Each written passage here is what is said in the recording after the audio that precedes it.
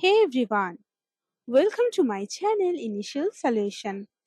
In this video, I'll show you how to copy a folder on Google Drive. So if I go for in this video and right click on it, and you can see a make a copy option here, or if I go for this folder and right click on it, and I can't see any copy option here. So all you need to do is go for download it,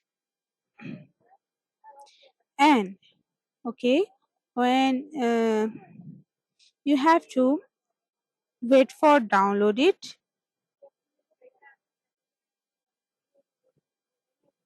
Okay, now you can just go for your another file, and you can upload to it, or you can upload anywhere if you want to anywhere upload.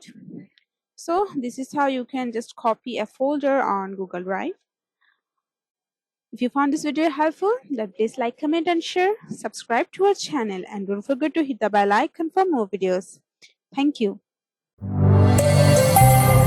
This video is sponsored by Zerosoft. Zerosoft offers graphic design, UI UX design, digital marketing, and web development. Elevate your brand with Zerosoft today.